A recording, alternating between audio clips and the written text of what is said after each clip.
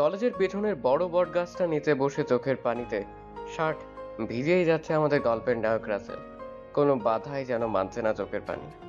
রাসেল ডান হাতের উল্টো পিঠ দিয়ে চোখের কোণে লেগে থাকা পানি মুছে আর সামনের পুকুরটার দিকে তাকে আনমনে কিছু একটা ভাবতে থাকে। এমন সময় ওর বন্ধু রাফি সেখানে চলে। তুই আজকেও কান্না করছিস? তোকে কতবার বলছি ওই মেয়েকে ভুলে যেতে, কিন্তু তুই নাছর বান্দা, ভাঙবি তবু মুচকাবি না। কি করে ভুলবো ওকে বল? আমি নিজেকে যতটা ভালো না বাসি তার থেকে হাজার গুণ বেশি ভালো ওকে বাসি। ইসরাত যে আমার বেঁচে থাকার উৎস। ওকে ছাড়া আমি তাকে পৃথিবীকে অন্ধকার মনে করি, এত আলো থাকার মাঝেও। কিন্তু তুই কি বুঝিস না ও তোকে দেখতে পারে না, কতটা অবহেলা করে? সে আর আগের মতো নেই, অনেক বদলে গেছে। করুক না, তাতে কি? অবহেলা করাটা ওর অধিকার, আর অবহেলা সহ্য করাটা আমার কর্তব্য। তা আজকে আবার তোর সাথে ইশরাত কি করছে সেটা একটু খুলে বলতো। আজকে দেখলাম ইসরাত অন্য একটা ছেলের সাথে একসঙ্গে বাইকে বসে ঘুরছে। আমি কি এতটাই খারাপ বল, যে আমাকে ভালোবাসা না দিয়ে এত এত অবহেলা দিচ্ছে? কেন ঘুরবে না বল? তুই যে একটা এতিম সেটা কি ভুলে গেছিস? তুই কোথায় আর ও কোথায় একটাবার সেই কথা চিন্তা করে দেখেছিস? কখনো কি ওকে ভালো রেস্টুরেন্টে নিয়ে খাওয়াতে পেরেছিস? 2 বছরে যে আজকাল মেয়েরা এই জিনিসটাই বেশি পছন্দ করে। তুইও এতিম বলছিস? আর বলবি না কেন, আমি তো সত্যি একটা এতিম। আচ্ছা, এই পৃথিবীতে কি টাকাই সব? আমার তো মতো মানুষের কি কোনো মূল্যই নেই? সরি, তোকে এতিম বলতে চাইনি, শুধু মনে করিয়ে দিলাম। আর টাকাই যদি সব না হতো তাহলে তোকে এত ভালোবেসে সে কেন দূরে সরে যাচ্ছে ধীরে ধীরে? না, তুই এইভাবে বলিস না। আমি ওকে ছাড়া একটা সেকেন্ডও ভাবতে পারি না। জানিস তো, গাছ যেমন মানুষের থেকে বের হওয়া কার্বন ডাই অক্সাইড ছাড়া বাঁচতে পারে না, তেমনি করে ইসরাত হলো আমার বেঁচে থাকার একমাত্র অক্সিজেন। তাহলে তুই বল, আমি সেই অক্সিজেন ছাড়া কিভাবে বেঁচে থাকতে পারি? থাক তুই তোর এই দেমাগি ইশরাতকে নিয়ে, অবহেলায় পুরে পুরে মর, আমি গেলাম। রাফি রাগ দেখিয়ে সেখান থেকে চলে যায়। রাসেল এক ধ্যানে রাফির যাওয়ার দিকে পলকহীন চোখে তাকিয়ে থাকে। আপনারা তো কিছুই বুঝতেছেন না, তাই তো? আর বুঝবেনই বা কি করে বলেন? কারণ এই কালো ভূত যে বুঝিয়ে বলেইনি এখন। তাহলে চলেন ভালো করে বুঝে আসি। রাসেল হলো এই গল্পের নায়ক। একটা এতিম বাবা মা এই পৃথিবীতে আছে কিনা সেটা আজও অজানা। হয়তো লেখক সাহেব জানে। রাসেল অনার্স প্রথম বর্ষে পড়ে। ছাত্র হিসেবে খুবই মেধাবী, আবার সকলের অবহেলা পাওয়াতেও যেন টপ পজিশনেই আছে। কেননা বুঝতেই পারেন গরিবদের এই সমাজ কোনো দাম নেই। আর রাফি হলো বড়লোক বাবার একমাত্র সন্তান। রাসেলকে রাফি নিজের ভাইয়ের থেকেও বেশি ভালোবাসে। তাই তো রাসেল আজও এই কলেজে পড়তে পারছে। না হলে কবেই চলে যেতে হতো। হয়তো ওর কপালে পড়াশোনার শব্দটায় বিলীন হয়ে যেত। হেই রে, আপনাদের সাথে কথা বলতে বলতে রাসেলের কথা তো ভুলেই গেছি। চলেন রাসেলের কাছে ফিরে যাই। রাসেল পকেট থেকে পুরনো বাটন ফোনটা বের করে ইসরাতের নাম্বারে কল দেয়। একবার রিং হয় কিন্তু কল রিসিভ করে না। দুইবার দেবার পর 440 ভোল্টের রাগ নিয়ে কলটা রিসিভ করে বলে, কি জন্য এখন আবার ফোন করেছো? তুমি জানো না আমার সামনে পরীক্ষা? ও, তোমার সামনে তো পরীক্ষা। আমার সেটা মনেই ছিল না, তাই একটু ভালো করে বললেও পারতে। তোমার সাথে এত প্রেমের সুরে কথা বলার সময় বা ইচ্ছে কোনোটাই নেই। আমাকে যখন তখন ফোন দিয়ে বিরক্ত করবে না, বলে দিলাম। আমি কি সত্যি তোমার বিরক্তের কারণ? আমার সাথে একটু মন খুলে কথা বলতেও কি ইচ্ছে করে না তোমার? না করে না। তোর সাথে কথা বলে আমার সময় নষ্ট করতে যাচ্ছি না। এখন তুই নিজে ফোন কাটবি নাকি দারোয়ান ডেকে কল কাটাবো, কোনটা? না না, সেটার দরকার নেই। সিম কোম্পানির স্যারেরা তো আছেই কল ডিসকানেক্ট করার জন্য। তুমি শুধু লাল বোতামটা চাপ দিলেই হবে। বুঝতে পেরেছিস তাহলে। এখন দূর হ আমার সামনে থেকে, সময় হলে কথা বলবো। তুমি যে বলেছো পরীক্ষার জন্য কথা বলতে পারবে না, কিন্তু ছেলেদের নিয়ে বাইকে করে ঠিকই ঘুরে বেড়াও। তুই কি এখন আমাকে সন্দেহ করিস নাকি? আর ও আমার মামাতো ভাই ছিল। তোমাকে সন্দেহ করার ক্ষমতা আমার নেই। আচ্ছা, পরে সময় হলে কল দিও। অপেক্ষা করাই তো এখন আমার অভ্যাসে পরিণত হয়ে গেছে। রাসেল কলটা কাটার আগেই ইসরাত ঠাস করে কলটা কেটে দেয়। রাসেল আবারও চোখের পানি মুছে দীর্ঘ একটা শ্বাস ফেলে সেখান থেকে চলে আসে গ্যারেজে। কারণ রাসেল এখানেই কাজ করে, এক মুঠো ভাত পেতে দিয়ে শান্তিতে ঘুমোতে পারে। রাসেলের আজকে কাজে আসতে লেট হওয়াতে মালিক এসে ঠাস করে একটা থাপ্পড় দিয়ে বলে, তোকে এই জন্য কাজে রাখিনি যে আমার ব্যবসায় ক্ষতি করবি। কয়টা বাজে দেখছিস? খুব তো বলছিলি তোর দ্বারা আমার ব্যবসার উন্নতি হবে, এখন তো ব্যবসার লালবাতি জ্বলাচ্ছিস। আসলে বলে ভর্তা করে খাবার খেতে বসে। তৃপ্তি সহকারে খাবার খেয়ে নেয়। খাবার রুচি দেখে মনে হচ্ছে যেন রেস্টুরেন্ট থেকে কাচ্চি বিরিয়ানি এনে খেলো। হে আল্লাহ, তোমার ভান্ডারে কি শুধু আমার জন্যই কষ্ট গচ্ছিত আছে? যদি সেটাই হয় তাহলে কষ্টের সাথে আমাকে সেই কষ্ট সহ্য করার ক্ষমতা কেন দাওনি? আমার যে আর এই স্বার্থপর পৃথিবীতে বাঁচতে ইচ্ছে করে না। কি করে বাঁচবো বলো? যেই মানুষটাকে আঁকড়ে ধরে বেঁচে থাকার স্বপ্ন দেখেছিলাম, সেও যে আজ দূরত্বটা বাড়িয়ে দিচ্ছে। রাসেল এমনভাবে কাঁদতে কাঁদতে ইসরাতকে কল দেয়, কিন্তু ইসরাত বারবার কেটে দেয়। শেষ পর্যন্ত ফোন সুইচ অফ করে রাখে। রাসেল চোখে পানি নিয়ে কখন যে ঘুমিয়ে যায় সেটার কোনো হদিশ নেই। সকালে ফজরের আজানের শব্দ শুনে রাসেল ঘুম থেকে উঠে মসজিদে গিয়ে নামাজ পড়ে নেয়। মসজিদ থেকে বাসায় এসে পেটে ক্ষুধা নিয়ে বইকে সামনে রেখে পড়তে বসে। ঘরে কিছু নেই যে রান্না করবে, আবার পকেটে টাকাও নেই, মাসের শেষ বুঝতেই পারেন। রাসেল পড়তেছে এমন সময় রাফি কল দেয়। রাসেল রাফির কল দেখে তাড়াতাড়ি রিসিভ করে। হ্যালো দোস্ত, কেমন আছিস? তোকে কষ্ট দিয়ে আমি কি করে ভালো থাকবো বল? কালকে তোকে একটু বেশি বলে ফেলেছি, প্লিজ ইয়ার মাফ করিস। দূর বোকা, কষ্টই যার জীবনসঙ্গী তার আবার নতুন করে কষ্ট কেন হবে? দেখ, এইভাবে বলিস না, আমি জানি তোর অনেক কষ্ট হয়েছে। না রে, তুই যেমনটা ভাবছিস তেমনটা আসলে মোটেও হয়নি। আচ্ছা বাদ দে তো এইসব এখন। আচ্ছা ঠিক আছে, তা বস, সকালে নাস্তা করেছিস তো? রাসেল রাফিকে যদি বলে নাস্তা করেনি তাহলে এক্ষুনি বাসায় খাবার নিয়ে আসবে, কিন্তু রাসেল সেটা চায় না। কেননা এমনিতেই রাফি ওর জন্য অনেক করে, তাই ভেবেচিন্তে বলে। আমি খেয়েছি। তুই খেয়েছিস নাকি রাইসার জন্য না খেয়ে দিন কাটাচ্ছিস? ও আপনাদের তো বলাই হয়নি, রাইসা হলো রাফির ক্রাশ, কিন্তু আফসোস রাফি মনের কথা এখনও রাইসাকে বলতে পারিনি, কারণ রাইসা অনেক রাগী, কাউকে পাত্তা দেয় না। ইসরাতের বান্ধবী বলে কথা। এই দেখেন, একজনের পরিচয় দিতে এসে আরেকজনের কথা মনে পড়ে গেল। চলেন সেটাও শুনে নিই। পুরো নাম ইসরাত জাহান, সবাই ইসরাত বলেই ডাকে।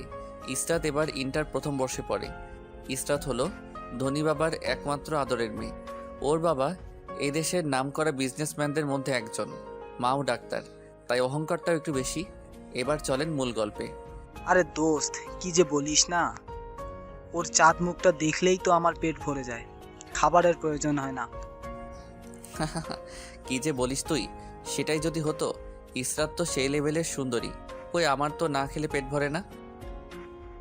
হ, তোমারটা যেই অহংকারী আর শরীর ভর্তি কারেন্ট, তাই তো ওর থেকে তোর কাছে পাওয়ার আসে না। তাহলে ক্ষুধা তো তোর না লাগে যাবে কোথায়? ভুলে যাস না রাইসা, ও কিন্তু ইসরাতের বান্ধবী, আর বলতে গেলে রাগের দিক থেকে কেউ কম না। সেই জন্যই তো আজও ওকে ভালোবাসি, কথাটা বলার সাহস করতে পারছিস না। এভাবে অনেক সময় কথা বলে রাফি রাসেলকে রেডি হয়ে বের হতে বলে। ফোন কেটে দেয়। রাসেলও কল কেটে দিয়ে সেই পুরনো শার্ট আর প্যান্ট পরে বের হয়। একটু পরে রাফি বাইক নিয়ে ওর সামনে এসে দাঁড়ায়। মাম্মা, তাড়াতাড়ি বাইকের পিছনে বস, সময় নেই হাতে বেশি। কেন, সময় আবার হাত থেকে কোথায় গেল? নাকি আজকাল সময়কেও রাইসার কাছে রেখে দিস নাকি? হা হা হা, কি যে বলছিস না। আচ্ছা, কথা পরে বলা যাবে, আগে চল। তারপর ওরা কথা বলতে বলতে চলতে শুরু করে। রাফি সোজা একটা রেস্টুরেন্টের সামনে এসে বাইক থামায়, যেটা দেখে রাসেল অনেকটাই অবাক হয়ে যায়। তাই অবাক নয়নে রাফির দিকে তাকিয়ে জিজ্ঞেস করে, রাফি, তুই কলেজে না গিয়ে এখানে বাইক থামালি কেন? আরে বোকা, তুই ভাবলি কি করে যে আমাকে মিথ্যা বলবে? মানে তো আমি ঠিক বুঝলাম না। তুই যে সকালে একটু ও দানা পানি পেটে দিসনি, সেটা আমি বুঝতে পেরে গেছি। এখন কথা না বলে চল খেয়ে নেই, আমিও খাইনি, তোর সাথে খাবো। রাফির কথা শুনে রাসেল চোখে স্পষ্ট পানি চিকচিক করে। এমন বন্ধু থাকলে আসলেই কোনো কষ্ট মনে হয় না। ওরা দুজনকে খাবার খেয়ে আবার কলেজে চলে আসে। ওরা দেখতে পায় রাইজা একা বসে আছে। দোস্ত, তুই একটু এই কাগজটা রাইসাকে দিবি? আমার না ওর সামনে গেলেই হার্টবিট কমতে থাকে। তুই আমার বন্ধু, আর আমি তোর জন্য এইটুকু করতে পারবো না, সেটা কিভাবে ভাবলি? তুই তো শুধু কষ্টটা বুঝছিস। রাসেল নিজের হাতে একটা চিঠি লিখে রাফিকে সেখানে রেখে একা রাইসার কাছে যায়। হাই রাইসা, কেমন আছো? রাইসা অন্যদিকে তাকিয়েছিল। রাসেলের কথা শুনে ওর দিকে তাকায়। ভালো আছি। তা কি জন্য এসেছেন এখানে?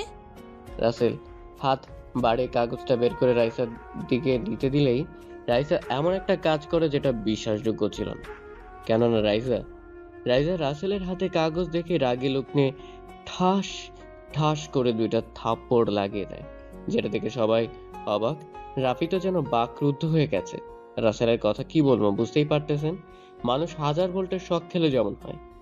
এই আপনার লজ্জা করে না নিজের গার্লফ্রেন্ড থাকা সত্ত্বেও আমাকে লাভ লেটার দিচ্ছেন?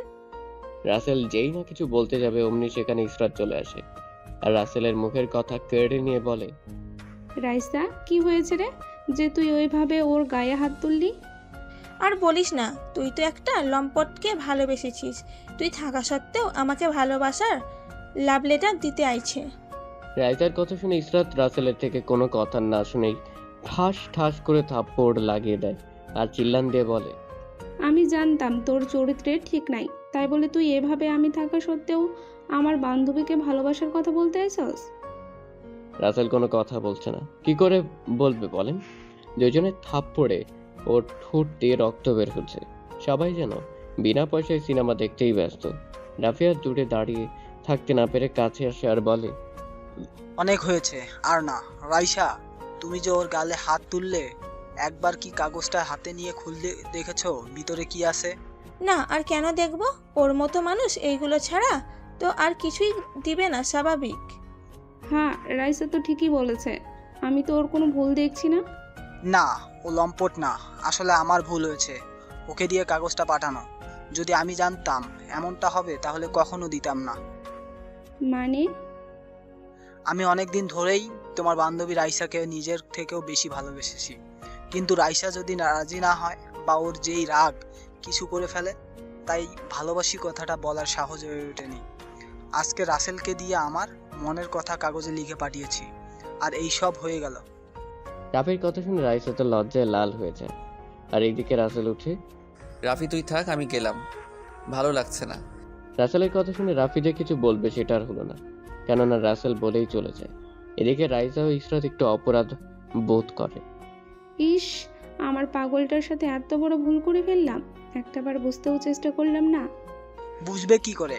এখন যে অন্যকে পেয়ে গেছো, আমার বন্ধু হয়ে গেছে পর। মনে রেখো, একদিন ঠিক এর হিসাব কষতে হবে, কিন্তু সেদিন কোনো ফর্মুলা দিয়েই কাজ মেলাতে পারবে না। বলেই রাফিও সেখান থেকে চলে যায়। এদিকে রাইসা তো মনে মনে সেই খুশি যে রাফিও ওকে ভালোবাসে, কেননা রাইসা আগে থেকেই রাফিকে পছন্দ করে। ধুর, ওর জন্য আমি কেন কষ্ট পাচ্ছি? একটু পরে তো আবার ঠিকই আমার কাছেই চলে আসবে। তা হয়তো আসবে, কারণ রাসেল ভাই যে তোকে একটু বেশিই ভালোবাসে। কিন্তু আমি রাফির ভালোবাসার উত্তরটা তো দিতে পারলাম না।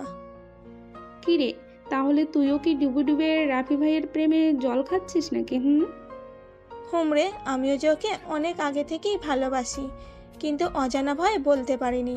আজকে সেই খুশি যেটা তোকে বলে বোঝাতে পারবো না। তুই তো খুশিটাকে ঠিকই পেলি, মাঝখান থেকে আমার পাগলটা শুধু শুধু গুনে গুনে 4টা থাপ্পড় খেলো, ঠোঁট কেটে রক্ত বের হয়ে গেছে। ভাইয়ার থেকে ক্ষমা চেয়ে নিতে হবে। আমার ভালোবাসার কথা জানাতে এসে বেচারা নিজেই ফেঁসে গেল। আরে ধুর, ওর মতো ফকিরের কাছে আবার কিসের ক্ষমা? ওর কাছে ক্ষমা চেয়ে তুই কি তোর সম্মানটা নষ্ট করবি নাকি? তুই না ভাইয়াকে ভালোবাসিস, তাহলে এই কথা কিভাবে বলছিস? তোর লজ্জা করতেছে না নিজের ভালোবাসার মানুষের সম্পর্কে এইসব কথা বলতে? ভুল তো সেখানেই করেছি রে, ওকে ভালোবেসে। তখন কি আর বুঝতাম যে আমি ওর সাথে আমার রিলেশন করাটাই ভুল? এই 2 বছরে কোনো একটা জিনিস কি গিফট করেছে বল? কখনো কোনো রেস্টুরেন্টে খাওয়াতে পর্যন্ত নিয়ে যেতে পারিনি, তাহলে ওর সাথে রিলেশন করে আমার জীবনটা কেন নষ্ট করব? এখন তুই কি করতে চাইছিস বল তো? আমার মাথায় তো কিছুই ঢুকছে না। ও আমাকে এতটাই ভালোবাসে যে হুট করে কিছু করে বসতে পারে, তাই ওকে ধীরে ধীরে দূরে সরিয়ে দিচ্ছি। লোকে কি বলে, একটা এতিম গ্যারেজের ছেলে এই ইসরাত চৌধুরীর বয়ফ্রেন্ড। এটা শুনে আমার সম্মানের 18টা বেজে 20টার কাছাকাছি চলে যায়। দেখ ইসরাত, এটা করা ঠিক হবে না। ভাইয়া গরিব হলে মানুষ হিসাবে খুব ভালো, এতটাই সহজ সরল যে তুই যেই দিকে বলিস সেই দিকেই থাকে। তোর ইচ্ছা হয় তুই ওকে গিয়ে বিয়ে বানিয়ে নিয়ে যা, 2 বন্ধুর একজনের বয়ফ্রেন্ড। ইসরাত, হেসে নে। একদিন এমনও দিন আসবে যেই একদিন বুঝবি রাসেল ভাইয়া তোর জীবনের কতটা অংশ জুড়ে ছিল। এইভাবে আরো অনেক কথা বলে ইসরাত ও রাইসা চলে যায়। ওই আল্লাহ আমাকে যদি এই পৃথিবীতে একা করে রাখবে, তাহলে আমাকে এই স্বার্থপর পৃথিবীতে পাঠিয়েছো কেন? জানো, যখন সবাই আমাকে এতিম বলে, তখন মনে হয় আমার এই ছোট্ট কলিজাটা কসাইখানাতে গরুর কলিজা কেটে টুকরো টুকরো করার মতো লাগে। তার কেন বোঝে না? আমি কি নিজে থেকে এতিম হয়েছি, নাকি তুমি আমাকে এতিম করে পাঠিয়েছো? আমার বাবা মা তো আমাকে এই পৃথিবীর আলো দেখিয়ে বেঁচে গেছে, রেখে গেছে আমাকে এই দুঃখের সাগরে ভাসতে ভাসতে জীবন সংগ্রাম করার জন্য। জানি না এই পৃথিবীর বুকে আজও তারা আছে, নাকি তোমার কাছ থেকে আমার কষ্ট দেখে মজা নিচ্ছে। রাসেল এক মনে এসব ভেবেই যাচ্ছে। এদিকে অনেকটা সময় ধরেই রাফি কাজে ব্যস্ত থাকার কারণে রাসেলের খবর নিতে পারেনি। হঠাৎ রাসেলের কথা মনে হলে ফোক করে রাফির নাম্বার দেখে চোখের কোণে জমে থাকা পানি মুছে ফোনটা রিসিভ করে। হ্যাঁ দোস্ত, বল। কোথায় তুই এখন? লোকালয়ে তো আমার থাকতে ভালো লাগে না, তাই কোলাহল মুক্ত জায়গায় নীল আকাশের নিচে নদীকে সঙ্গী বানিয়ে বসে বসে তার সাথেই নিজের কষ্টগুলোকে ভাগ করে নিচ্ছি। যদি নদীর স্রোতের মতো আমার বুকে জমে থাকা কষ্টগুলো ভেসে যেত। দেখ, এইভাবে বলিস না, আমার ভুল হয়েছে, তোকে ওখানে পাঠিয়েছি। আমি যদি আগে একটা বার ভেবে দেখতাম এমনটা ঘটবে, তাহলে কখনোই তোকে যেতে দিতাম না। তুই মিশা মিশা নিজেকে দোষারোপ করছিস। আমার আল্লাহ যে ওইটা আমার জীবন খাতায় আগেই লিখে রেখেছিল, যেটা কেউ পরিবর্তন করতে পারে না। তোর সাথে কথা বলে কোনোদিন পেরে উঠিনি, আজকে তাহলে কিভাবে পেরে উঠবো? আচ্ছা তুই চলে আয়, ওখানে থাকতে হবে না। এভাবে আরো কিছু সময় কথা বলে রাফি কল কেটে দিলে রাসেল সেখান থেকে উঠে গ্যারেজে এসে কাজ করতে লাগে। কাজ করতে করতে সন্ধ্যার আধার ঘনিয়ে আসে। রাসেল কাজ শেষ করে বাসায় চলে আসে। বাসায় রেখে খাবার মতো কিছুই নেই, শুধু ফ্রিজে পাওয়া পানি ছাড়া। আবার এখন তো এই পানিও অনেক জায়গায় ফ্রিতে পাওয়া যায় না। রাসেল পেটের ক্ষুধাকে পাথর চাপা দিয়ে এক গ্লাস পানি খেয়ে শুয়ে পড়ে। ভীষণ মনে পড়ছে ইসরাতের কথা, তাই বিছানার পাশে পড়ে থাকা ফোনটা হাতে নিয়ে ইসরাতের নাম্বারে কল দেয়। কিন্তু এই যে কথায় আছে না, কপাল ভালো থাকলে সবকিছুই পাওয়া যায়, তেমনি রাসেলও পেল ওই পাশ থেকে একটা সুন্দরী মেয়ের মিষ্টি কণ্ঠে। আপনি যেই নাম্বারে কল করেছেন সেটা এই মুহূর্তে বন্ধ আছে, দয়া করে একটু পরে আবার চেষ্টা করুন। রাসেল বারবার দিতেই থাকে, কিন্তু ভয়েসে কোনো পরিবর্তন হয় না। তাই কি আর করবে, বুকের মাঝে কষ্টকে লুকিয়ে রেখে ঘুমিয়ে পড়ে। আজকে যেহেতু কলেজ বন্ধ কোনো এক কারণে, তাই কলেজে যেতে হলো না। দোকান থেকে 5 টাকা দিয়ে একটা রুটি আর একটা চা নিয়ে রুটি ভিজিয়ে খেতে থাকে, যেটা ইসরাতের চোখে পড়ে যায়। দেখো দেখো কিভাবে একটা হরেকমাল রুটি চায়ের কাপে চুবিয়ে চুবিয়ে খাচ্ছে। ছি, আমার ভাবতেই ঘৃণা লাগে যে ওর মতো ফকিরের সাথে প্রেম করেছি। কত ছেলে আমার পেছনে ঘরে, সেটা একটাবারের জন্য ভাবিনি। আসলে ইসরাত ওইখান থেকে গাড়ি নিয়ে কোথাও যাচ্ছিল, আর তখনই খাওয়া দেখতে পায়। রাসেল সেখান থেকে গ্যারেজে চলে আসে আর প্রতিদিনের মতো কাজ করতে থাকে। হঠাৎ ইসরাত গাড়ি নিয়ে সেখানে চলে আসে, যেটা রাসেল খেয়াল করেনি। আমার গাড়িটা একটু দেখো তো, কি যেন হয়েছে, শুধু শব্দ করে। ইসরাতের কথা শুনেই রাসেল পিছনে ফিরেই তো অবাক, কেননা সত্যি সত্যি তো ইসরাত। আরে তুমি এখানে কিভাবে? আর রাতে কতবার কল দিলাম, কিন্তু তোমার ফোন বন্ধ ছিল। রাসেল একটা মোড়া ইসরাতের দিকে এগিয়ে দিতে দিতে বলে, উপরে কথা বলো। আমি এক জায়গায় গিয়েছিলাম, আর সেখান থেকে শুরু হলো এই কাহিনী গাড়ির সাথে। আর রাতে আমার ফোনে চার্জ না থাকার কারণেই বন্ধ ছিল। ও আচ্ছা, বুঝতে পারছি, কোনো সমস্যা নেই। আচ্ছা তুমি এখানে বসো, আমি তোমার গাড়ি এখনই ঠিক করে দিচ্ছি। এইটাতে বসবো আমি? এটা তুই ভাবলি কি করে? এটাতে তো আমার বাড়ির কুকুরেও বসে না। ইসরাতের কথা শুনে রাসেলের হাসি মাখা মুখটা নিমিষেই মলিন হয়ে যায়। আসলেই তো, এই মোড়ায় কি আর সবাই বসতে পারে? এটা ছাড়া তো আর কিছু এখানে নেই। আচ্ছা তুমি গিয়ে গাড়িতেই বসে থাকো, বাইরে থাকতে হবে না। ঠিক আছে, তুই তাড়াতাড়ি গাড়ি ঠিক কর, আমি গাড়িতেই বসে রইলাম। রাসেল আর কোনো কথা না বলে গাড়িটা কাজ করতে লাগে। কিছুটা সময় পরে রাসেল গাড়ির কাজ শেষ করে। তুমি গাড়ি টেস্ট করবে নাকি আমি টেস্ট করব, কোনটা? তোর ওই নোংরা হাতে আমার গাড়ি চালাতে আসলে তো গাড়িটাই নোংরা হয়ে যাবে, আমি দেখছি। ইসরাতের কথা শুনে রাসেল মন খারাপ করে বলে, আচ্ছা তোমার গাড়ি তুমি দেখো। ইসরাত গাড়ি চালিয়ে দেখলো ভালো হয়েছে, তাই ব্যাগ থেকে কিছু টাকা বের করে বলল, এই নে ধর তোর কাজের মজুরি, আর বাকি যেটা আছে সেটা দিয়ে খেয়ে নিস। একটা রুটি আর চা খেয়ে যে কারো দিন পার হয়ে যায়, সেটা ভাবতেই কেমন লাগে। রাসেল যে কিছু বলবে সেটার কোনো সুযোগ না দিয়ে ইসরাত গাড়ি নিয়ে চলে যায়। রাসেল অবাক মনে টাকাগুলোর দিকে তাকিয়ে ভাবে, এই কাগজের নোটের জন্য মানুষ কেমন হতে পারে সেটা ইসরাতকে না দেখলে বোঝাই যেত না। ও কেন বোঝে না যে এই নোটগুলো শেষ হয়ে যাবে, কিন্তু ভালোবাসা কখনো শেষ হবে না। রাসেল কথাগুলো ভাবছে ঠিক তখনই গ্যারেজের মালিক এসে এমন একটা কাজ করে বসে যেটা দেখে উপস্থিত সবাই অবাক। কেননা গ্যারেজের মালিক এসে রাসেলের হাত থেকে টাকাগুলো থাবা দিয়ে কেড়ে নেয়, যেটা দেখে সবাই অবাক। রাসেল তো মনে হয় স্ট্যাচু হয়ে গেছে। আজকে ভালো কাজ করছিস, এতগুলো টাকা একসঙ্গে কি মজা। এই নে ধর, এটা দিয়ে কিছু কিনে খাস। পকেট থেকে একটা 10 টাকার কাগজের মূল্যবান করা নোট বের করে রাসেলের হাতে দেয়। রাসেল আর কি করবে, সেই টাকাটা মালিককে ফিরিয়ে দেয়। দেখেন, এই টাকা তো আপনার, আমি কেন নিব? আমার কিছুই খাওয়ার প্রয়োজন নেই। ও তাহলে ভালোই হলো, 10 টাকা আমার কাছেই জমা হলো। এর থেকে আর 10 টাকা হলে 20 টাকা হবে নি। কি কিপটা রে বাবা, রে বাবা, আমি এত কিপটা মানুষ কখনো দেখিনি। ওই তুই কি আমাকে ভিড় করে কিছু বলতেছিস নাকি? না মালিক, আপনাকে কিছু বলার সাধ্য আমার নেই বা কখনো হবেও না। ঠিক আছে, যা এখন, আর কথা না বলে যা গিয়ে কাজ কর। রাসেল সেখান থেকে গিয়ে আবারও কাজ করতে শুরু করে। কাজ করছে কিন্তু হাত চলছে না। কি করে করে চলবে বলেন? পেটে ভাত না থাকলে কি আর কাজ করার শক্তি থাকে? রাসেল তবুও অনেক কষ্টের সাথে কাজ করতে থাকে। দুপুরে কাজ থেকে আসার সময় কিছু বাজার করে আনে। কি ভেবেছেন খুব ভালো মন্দ জিনিস বাজার করেছে? আরে না, কারণ ওর কাছে অত ভালো বাজার করার টাকাই তো নেই। রাসেল বাসায় এসে চুলাতে ভাত বসিয়ে গোসল করে নেয়। ভাত রান্না হয়ে গেলে আলু ভর্তা করে ভাত খেয়ে নিয়ে সেই একটা ঘুম দেয়। বিকালে ঘুম থেকে উঠতে না উঠতেই রাফি কল দেয়। কি মাম্মা, কই তুই? হ্যাঁ এই ঘুমাইছিলাম রে, একটু ঘুমাইছিলাম রে, মাত্র উঠলাম। তা কোনো দরকার নাকি?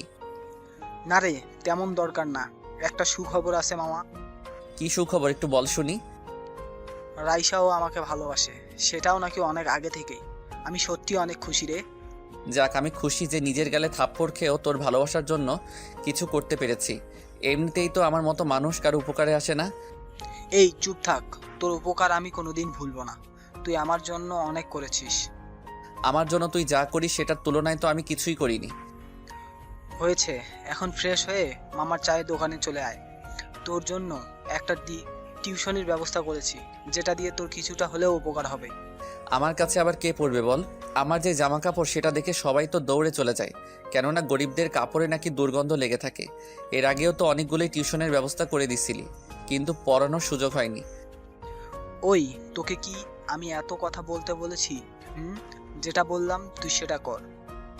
আচ্ছা ঠিক আছে, তুই থাক, আমি এখনই চলে আসতেছি। তোর ডাক শুনে আমি কি আর না এসে পারি বল? এভাবে কিছু সময় কথা বলে রাসেল কল কেটে দেয়।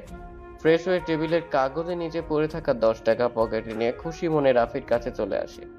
রাফি ওর আগেই এসে বসে আছে। মামা, তোর তাহলে আসতে এত সময় লাগলো? আর বলিস না, আসতে একটু লেট হয়ে গেল, কেননা আজকাল রাস্তাঘাটের যে অবস্থা বুঝতেই তো পারিস। মামা বুঝেছি। এখন বস, চা খাই। মামার হাতের চা অনেকদিন হলো খাই না। এই মামা, 2টা কড়া করে দুধ চা লাগাও তো। মামা একটা কড়া করে দিয়েন, আর একটা অতটা কড়া করতে হবে না, কারণ রাফির ঠোঁট পড়লে এখন ভিটামিন নিলেই ঠিক হয়ে যাবে, কিন্তু আমার সেই কপাল না। রাসেলের কথা শুনে রাফি ও দোকানদার মামা হাসতে থাকে। হা হা হা, দোস্ত হয়েছে, এইভাবে বলিস না। মাত্র রিলেশন শুরু হলো, আর তুই ভিটামিনের কথা বলছিস? ভিটামিন তো ঠিক নাও, আর আমি বললে সেটা অপরাধ, তাই না? রাসেল ও রাফি কথা বলছে আর চা খাচ্ছে। কিছু সময় পরে চা খাওয়া শেষ করে রাফি রাসেলকে সেই টিউশনের জায়গায় দিয়ে পরিচয় করিয়ে দিয়ে যায়। রাসেল একটা ছেলেকে পড়াবে। ছেলেটি এবার ক্লাস 7-এ পড়ে। রাসেল ছেলেটিকে ভালো করে পড়িয়ে চলে গেল বাসায়। সারাদিনে একবারের জন্য ইসরাতের কাছে কল দেয়নি, তাই কল দেয়। রিং হচ্ছে ক্রিং ক্রিং। হ্যাঁ, কি বলবে বলো? আমার আবার সময় নেই কথা বলার। আমার সাথে কি একটু ভালোভাবে কথা বলা যায় না? তুমি কি বোঝো না তোমার দেয়া অবহেলা আমার কলিজায় সয় না? এর থেকে ভালো ব্যবহার তুই কিভাবে আশা করিস? তাও আবার এই ইসরাত চৌধুরী থেকে। যেটা করতেছি সেটা নিয়েই সন্তুষ্ট থাক। কি আর করা, থাকতেই হবে, কেননা আমি তো আর তোমাকে ছাড়া থাকতে পারবো না। এই জন্মেও তোমাকে চাই, আর পরজন্মেও শুধু তোমাকেই চাই আমি। তোর যদি কথা বলা শেষ হয়ে থাকে তো কল কাটমু বল। মাত্র কথা বলা শুরু করলাম, এর আগে তুমি কল কাটতে চাইতেছো? আচ্ছা ঠিক আছে, কথা বলতে হবে না, পড়ো। রাসেল উপরে কথাগুলো বলেই কলটা কেটে দেয়। এদিকে ইসরাত মনে মনে ভাবে, ফকিরের বাচ্চা, আমি তো এটাই চাই যে তুই আমার জীবন থেকে কি দোষ, যেই তুই কলেজে আমাকে কখনো না নিয়ে আগে আসতি না, আর সেই তুই আজকে ঠিকই এসে বসে আছিস। আসলে মানুষ ঠিকই পরিবর্তন হয়, কিন্তু জীবনের ডায়েরিতে জমে থাকা কালো কালির লেখা স্মৃতিগুলো পরিবর্তন হয় না। রাসেল এসব ভাবতে ভাবতে ওদের কাছে চলে আসে। রাসেল যে ওদের কাছে এসেছে সেই দিকে কোনো খেয়াল নেই রাফির। রাসেল এসে রাফির পাশে বসে বই নিয়ে পড়তে থাকে। একটু পরে ইসরাত চলে আসে। কেমন আছো তুমি? ভালো আছি, তাই তো ঠিকভাবে কলেজে আসতে পেরেছি। সেটা কি চোখে দেখছিস না? ও, আসলে তুমি তো ঠিকই বলেছ, আমি আসলে ওইটা খেয়াল করিনি। কেননা তোমার চাঁদ মুখটা দেখলেই দুনিয়ার সব কিছুই ভুলে যাই। এই দেখ, আমি কেন গাড়ির চাকা নই যে তুই পাম দিলেই আমি ফুলে উঠবো। সো বুঝে চুপ থাক। আমার সাথে কি একটু ভালোভাবে কথা বলতে পারো না? এমনভাবে কথা বলছি সেটাই তোর কপালে ভালো, বুঝলি? তুমি অনেক বদলে গেছো ইসরাত, কিন্তু মনে রেখো, এই কখনো বদলাবো না। এখনো বলবো, তোমাকে নিজের জীবন থেকে বেশি ভালোবাসি, আর মরণের পরেও আল্লাহর কাছে তোমাকে চেয়ে নিব, বলবো আগের মতো তোমাকেই ভালোবাসি। ধুর, এত পেঁচাল ভালোই লাগে না। এই রাইসা, ওকে এখান থেকে চলে যেতে বলতো। ওর কথা আমার শুনতেই গা শিনশিন করে। কি বলছিস এসব? যেই মানুষটার সাথে একটা মুহূর্ত কথা না বলে থাকতে পারতি না, আমরা হাজারবার বারণ করার পরেও, আর সেই তুই আজ কি বলছিস? ঠিকই বলছি, এখন আর ওকে আমার দেখতে ইচ্ছে হয় না। ওর কি যোগ্যতা আছে এই ইসরাত চৌধুরীর সাথে প্রেম করার? আর সব থেকে বড় কথা, আমি আগে জানতাম না ও একটা এতিম, আর আমি কোনো এতিমের সাথে থাকতে পারবো না। রাসেল তো ইসরাতের কথা শুনে ওখানে স্ট্যাচু হয়ে বসে থাকে। মনে হচ্ছে এখনই চোখের কোণে জমে থাকা বিন্দু বিন্দু পানির ফোঁটা জোরে পড়বে। ঠিক আছে ইসরাত, আর তুমি ঠিক বলেছ, এই সমাজে এতিমরা একটা বোঝা স্বরূপ, যেটাকে বহন করাও কষ্টকর, আবার ফেলে দেওয়াও কষ্টের। ভাইয়া, আপনি কিছু মনে করিয়েন না। আর ওই দিনের ব্যবহারের জন্য সরি। আসলে আমি বুঝতে পারিনি যে আপনার কোনো দোষ নেই। আর এখানে ক্ষমা চাওয়ার কি আছে? যেই মানুষের পৃথিবী জুড়েই আমি ছিলাম, সেই যখন বুঝলো না, আর তুমি তো জানোই না। রাফি, তোর কথা বলা শেষ হলে ক্লাসে চলে আসিস, আমি গেলাম। রাফির কোনো কথা না শুনেই রাসেল সেখান থেকে চলে আসে ক্লাসে। পিছনের বেঞ্চে বসে বইয়ের উপরে মাথা দিয়ে চোখের পানি ফেলতে থাকে। আজ ভালোবাসার মানুষটার কাছেও এতটা অবহেলার পাত্র হয়ে গেল। ভাবতেই রাসেলের অবাক লাগে। আগের সময়টা কতই না ভালো ছিল, যখন ইসরাত রাসেলকে ছাড়া কিছুই বুঝতো না। রাসেল এইসব ভাবছে, তখনই রাফি এসে ওর মাথায় হাত রাখে। সরি রে, আজকের আয়শাকে নিয়ে আসার জন্য তোকে আনতে পারিনি। বুঝতেই পারিস, নতুন গার্লফ্রেন্ড বলে কথা। আর এটা এভাবে বলার কি আছে? আজকাল তো সবাই আমাকে অবহেলা করে যাচ্ছে, তুইও না হয় তাদের দলে যোগ হয়ে যায়। রাফি বুঝতে পারে রাসেলের কতটা কষ্ট হয়েছে। সবচেয়ে বেশি কষ্ট পেয়েছে ইসরাতের ব্যবহারে। তাই বলে, দোস্ত, এখনো সময় আছে, কিন্তু ইসরাতকে ভুলে নতুন করে জীবনকে সাজিয়ে নে, না হলে ইসরাতের দেওয়া আগুন তোকে সারা জীবনে জ্বলতে হবে। তুই কি কখনো লক্ষ্য করেছিস, মাছকে পানি থেকে শুকনায় রাখলে বাঁচতে পারে না, তেমনি আমিও যে ইসরাতকে ছাড়া বেঁচে থাকার কথা চিন্তা করতে পারি না। ওই যে আমার বেঁচে থাকার অক্সিজেন। বুঝেছি, কিন্তু ইসরাতের ব্যবহার দেখিস দিন দিন তোর প্রতি কেমন হয়ে যাচ্ছে। আরে সমস্যা নেই, ও আমাকে যতটা খুশি অবহেলা করুক, আমি না হয় সেই অবহেলাকেই ভালোবাসা মনে করে বুকে জড়িয়ে নিব। আসলে ইসরাত এখন আর তোকে ভালোবাসে না, যেটা আচরণে বুঝিয়ে দিচ্ছে, কিন্তু মুখে বলতে পারছে না। রে, সব কিছুই বুঝি, কিন্তু একটা কথা জানিস তো, থাকতে মূল্য কেউ বোঝে না, হারিয়ে গেলে তার মূল্য ঠিকই বোঝে। কিন্তু আফসোস, আর সময় থাকে না। তখন আর ভালোবাসি বলে যে ওকে আপন করে পেতে হবে সেটা তো নয়। আমি না হয় অপূর্ণতার মাঝেই নিজেকে সুখী মনে করব। তোর যা ইচ্ছা কর, আমি কিছুই বলবো না, কারণ তুই অন্ধ হয়ে গেছিস ইসরার প্রেমে। তুই ঠিকই বলেছিস, আমি ওর ভালোবাসায় অন্ধ হয়ে গেছি। রাতের আধারে টর্চ লাইট ছাড়া যেমন পথ চলা দুষ্কর, তেমনি ওকে ছাড়া আমার জীবন নামক পথ চলার কথা কল্পনা করাও দুষ্কর। এইভাবে আরো অনেকভাবে রাফি রাসেলকে বুঝতে থাকে, কিন্তু রাসেল নানান যুক্তি দেখে সেটা উড়িয়ে দেয়, যেন যুক্তিবিদ্যায় পিএইচডি করে এসেছে। এইভাবে সবগুলো ক্লাস শেষ হয়ে যায়। রাসেল একাই চলে যায় বাসায়, কেননা রাফির এখন রাইজা আছে, ওকেও সময় দিতে হয়। একটা এতিমের জন্য তো আর নিজের কষ্টে জমানো ভালোবাসার মানুষকে দূরে ঠেলে দিতে পারে না, তাই না বলেন? রাসেল বাসায় বইগুলো রেখে চলে যায় গ্যারেজে। এসে প্রতিদিনের মতো এক বস্তা বকা শুনে কাজ করতে থাকে। রাতে বাসায় এসে ভাত রান্না করতেছে এমন সময় রাফির ফোন আসে। রাসেল মোবাইলের স্ক্রিনে তাকিয়ে রাফি ডাউন দেখে তাড়াতাড়ি কলটা রিসিভ করে। হ্যাঁ দোস্ত, বল, কি জন্য কল দিলি? তোর তো আবার রাইসাকে ছাড়া সময় কাটে না। এখন তো প্রায় ভুলেই যাচ্ছিস যে তোর একটা এতিম বন্ধু আছে। দোস্ত এইভাবে বলিস না, আসলে তখন কিছু ছিল না রে। বুঝতেই পারছিস, নতুন নতুন প্রেম, আমারটাও আবার অনেক কষ্টের পর পেয়েছি। বুঝতে পারছি। আর আল্লাহর কাছে একটাই দোয়া করি, তোদের প্রেমটা যেন আমার মতো না হয়। এইভাবে আরো কিছু কথা বলে রাসেল কলটা কেটে দেয়। নানান কষ্ট অবহেলার মাঝে দিয়ে চলতে থাকে রাসেলের জীবন। ইসরাতে দেওয়া কষ্টগুলোকে আর চোখের পানি ধরে না, কারণ সব পানি আগেই ফুরিয়ে গেছে। একদিন রাসেল কলেজে আসে একটু লেট করেই। ভিতরে গিয়ে দেখতে পারে রাইসা ও ইসরাত বসে আছে, কিন্তু অবাক করা বিষয় হলো ইসরাত সেই দিনের ছেলেটার সাথে অন্তরঙ্গভাবে কথা বলছে। যেই দেখবে সেই বলবে এরা মেড ফর ইচ আদার। তাহলে রাসেল কিভাবে মানবে এটা ইসরাতের ভাই? তাই রাসেল ইসরাতের কাছে যায় আর ওই ছেলেটাকে কলার ধরে উঠিয়ে ঠাস করে থাপ্পড় লাগিয়ে দেয়। তোর সাহস কি করে হয় আমার কলিজার সাথে এইভাবে বসে কথা বলার? শালা লুচ্চা একটা। ওই ছেলেটা যেই না রাসেলকে কিছু বলতে যাবে, অমনি ইসরাত ছেলেটাকে আটকিয়ে রাসেলের গালে ঠাস ঠাস করে 4টি থাপ্পড় লাগিয়ে দেয়। উপস্থিত সবাই এটা দেখে অবাক, আর রাসেল তো অবাকের চরম পর্যায়ে, ঠোঁট কেটে রক্ত বের হয়ে গেছে। তোর সাহস কি করে হয় ওর গায়ে হাত তোলার? সামান্য একটা ভিখারি হয়ে আমার বয়ফ্রেন্ডের গায়ে হাত তুলিস? ইসরাতের আঘাতের থেকেও বেশি কষ্ট যেন ইসরাতের কথা শুনে পায় রাসেল। রাসেল ভাবতে পারেনি এমনটা ইসরাত বলতে পারবে। তুমি না সেদিন বললে ও তোমার মামাতো ভাই, আর আজকে আমি থাকতেই ওকে বয়ফ্রেন্ড বানিয়ে দিলে। বাহ ইসরাত বাহ। হ্যাঁ, সেদিন তোকে মিথ্যা বলেছিলাম তুই কষ্ট পাবি বলে। ও আসলেই আমার বয়ফ্রেন্ড। জানিস ও অনেক ধনী, আমার কখনো কষ্ট হবে না ওর সাথে। কষ্টের কথা যদি চিন্তা করতে তাহলে এমনটা করতে পারতে না। আচ্ছা, এই পৃথিবীতে কি টাকাই সব? শোন, এত কথা বলে সময় নষ্ট করতে চাই না।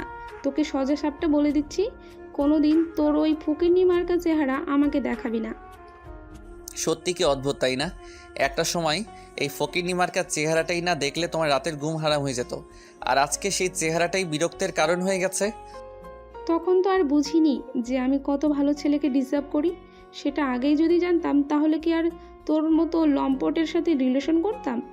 বাহ, আজ নিজেই আমাকে লম্পট বানিয়ে দিলে, যেখানে লম্পটের ফুল মিনিংটাও বুঝতে আমার কষ্ট হয়।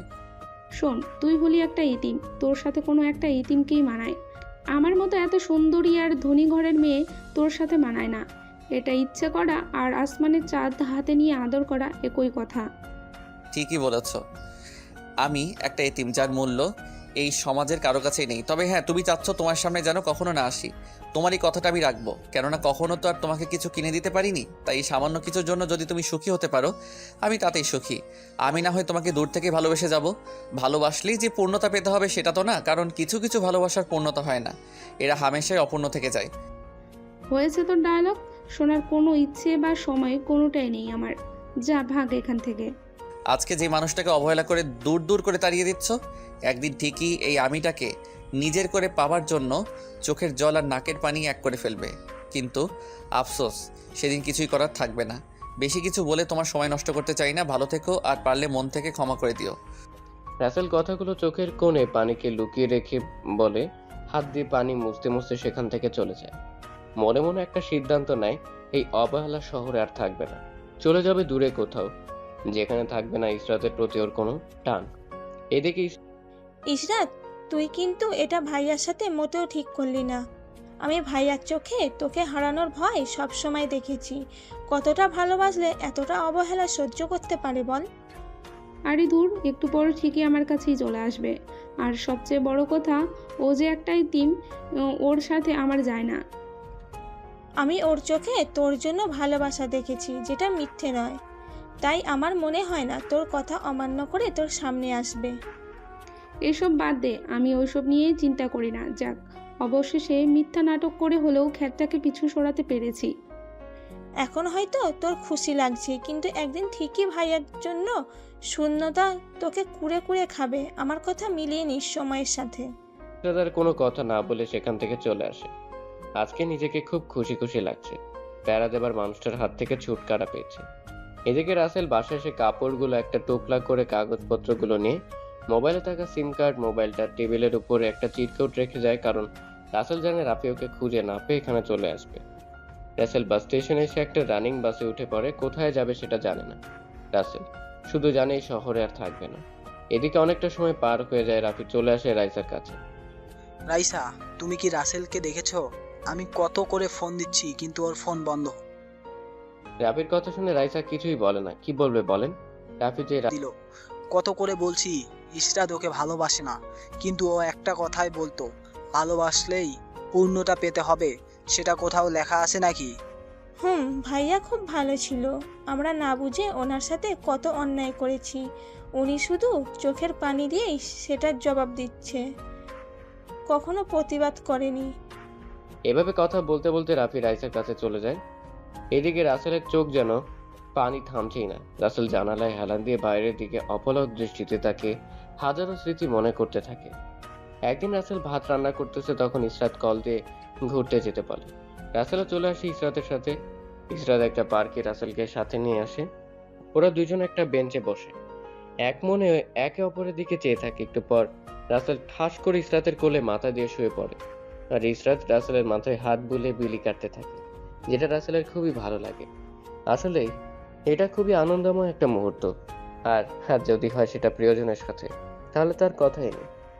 ওই, সারা জীবন এভাবে আমাকে ভালোবাসবে তো, নাকি অন্য কাউকে পেয়ে আমাকে ভুলে যাবে?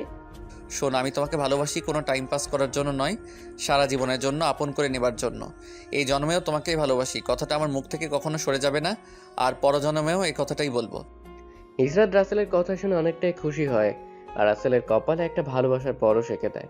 এভাবে অনেকটা সময় কাটিয়ে বাসায় চলে আসে। হঠাৎ রাসেলের ভাবনার ছেদ ঘটে টিকিট নেন শব্দে। রাসেল একটা টিকিট কেটে নেয় ঢাকার, কেননা রাসেল আগে চট্টগ্রাম থাকতো, এখন ঢাকাতেই যাবে ভেবে সিদ্ধান্ত নেয়। দেখতে দেখতে অনেকটা সময় পার হয়ে যায়। অবশেষে রাসেল ঢাকার মাটিতে পিছড়া রাস্তায় পা রাখে। এই প্রথম রাসেল ঢাকায় আসলো, চেনে না কোনো কিছুই, নেই কোনো পরিচিত কেউ, আবার পকেটে নেই টাকা। যা ছিল সেটা আসার সময় তো শেষ। এখন কি করবে ভেবে পায় না। পাটা বাড়িয়ে সামনের দিকে যেতে শুরু করে। পাটাও যেন সামনের দিকে এগোতে চায় না, কেননা পেটে দানা পানি পর্যন্ত পড়েনি। তাহলে কিভাবে পা চলবে বলেন? তারও তো শক্তি দরকার, তাই না? রাসেল হাঁটতে হাঁটতে একটা নির্জন জায়গায় এসে একটা গাছের নিচে গাটা এড়িয়ে দেয়। গাছের সাথে হেলান দিয়েই কখন যে ঘুমিয়ে গেছে সেদিকে কোনো খেয়াল নেই। বিভোর ঘুমিয়ে ঘুমিয়ে আছে রাসেল। যখন ঘুম ভাঙে তখন চোখ খুলে দেখতে পায় দিনের আলো নিভে গিয়ে রাতের অন্ধকার ঘনিয়ে এসেছে। সাথে আরো বেশি ক্ষুধা জমেছে ওর পেটে। পেটের উপরে হাত রেখে 2 ফোঁটা চোখের পানি ফেলে বলে, কি করে তোকে শান্ত করবো বল? তোর এই মালিকটা যে বড়ই অসহায়, দয়া করে শান্ত হ, আমার যে আর সহ্য হচ্ছে না। আপনারা কি ভাবছেন রাসেল পাগল হয়ে আবল তাবল বকছে? আরে না, আপনারা সবসময় কি ভাবেন? হুফ। আসলে রাসেল ওর পেটকে ওসব বলে একটু সান্ত্বনা দিচ্ছে। রাসেল সেখান থেকে উঠে সামনের পথের দাঁড়িয়ে থাকা একটা নলকূপ থেকে পানি খেয়ে নেয়। খুব একটা খেতে পারে না, কারণ পেট খালি থাকলে পানিও ভিতরে যেতে চায় না। তার আগে পেট ব্যথা শুরু হয়ে যায়। তোরে একটু পানি খেয়ে শান্ত করতে চাইলাম, আর তুই ফাইজলামি শুরু করছিস। আমি এখন খাবার কোথায় পাবো? এই পৃথিবীর মানুষগুলো বড়ই অদ্ভুত রে। বাচ্চাকৃত খাবার নষ্ট করবে, তবু ক্ষুধায় কাতর কাউকে খেতে দিবে না। আসলে ভাই, এটাই কিন্তু বাস্তব। আমরা সবসময় যেই পরিমাণ খাবার নষ্ট করি সেটা দিয়ে হাজারো মানুষের পেট ভর্তি। এই কথাটা যদি একটা বার চিন্তা করতাম, তাহলে হাজারো পথ শিশু রাস্তায় না খেয়ে অনাহারে রাত্রি যাপন করতো না। রাসেল পেটকে কিছুতেই মানাতে পারছে না।